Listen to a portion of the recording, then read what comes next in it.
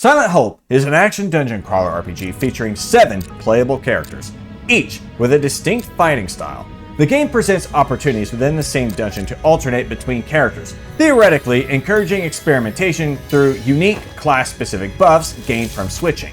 In practice, however, the game's power scaling undermines this concept. Due to leveling curves and gear limitations, players are instead incentivized to stack every class-specific buff onto a single character and snowball through the dungeon. Expecting players to evenly grind and gear up to 7 different characters is simply unrealistic. As difficulty inevitably ramps up, switching characters becomes increasingly risky. A single KO can result in a fail state, making experimentation more like a liability than a feature. That said, it's not all doom and gloom. The combat system itself is functional and competently designed for an action RPG. Various skill and gear combinations allow players to build powerful monster slayers capable of handling most threats. On a more tactical level, environmental hazards are incorporated into each dungeon, offering opportunities to hinder enemies or exploit terrain for a situational advantage. It's clear the developers had a strong concept they wanted to flesh out, but the game's systems ultimately incentivize standard optimized playstyles. It's important to understand that action RPGs do not encourage team building, since their foundational concept is entirely oriented towards combat rather than emphasizing tactical decision making. Success in this genre is primarily determined by player skill and risk assessment, not strategy. As a result, players have little reason to invest time into developing multiple characters when doing so offers no meaningful advantage. That said, there is more to Silent Hope worth admiring, specifically its story concept. While the story itself isn't groundbreaking, I do respect the commitment to its execution. Long ago, a royal insert became enraged and stole everyone's words. He committed a terrible crime by stealing all the world's words and abandoning his subjects. Thus begins the journey, choosing one of 7 heroes to descend into the abyss to patricide the king and restore speech to the world.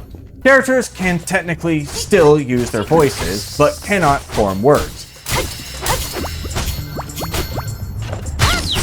So the princess speaks on their behalf.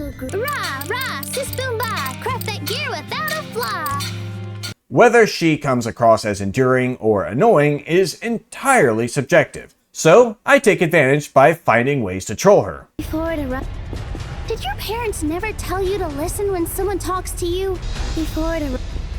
How cruel of you to ignore me. Please, I'm begging you, just listen to me. Hey, please don't be so mean to me. Okay, I'll listen. Stop that! The practice area is over there. I'm not a training dummy. Be careful! Sometimes you have to make your own fun. Even though I was occasionally annoyed of her, I appreciate that she never interrupts gameplay.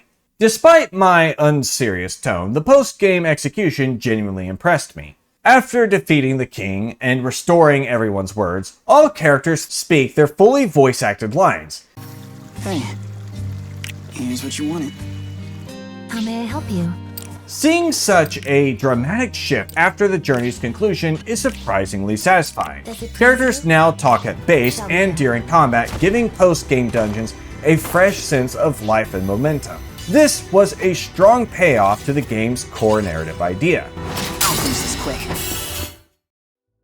Silent Hope isn't particularly unique within the action RPG genre, but it is competently assembled and enjoyable in short bursts. If you're interested, the game can be found on Steam at a discount and is worth picking up to kill some time. Its conclusion and post-game content are genuinely memorable, serving as a fitting culmination of the entire journey. Remember, sticks and stones may break your bones, but words apparently hurt a lot. Want more reviews? Click here or subscribe. Come, join my party.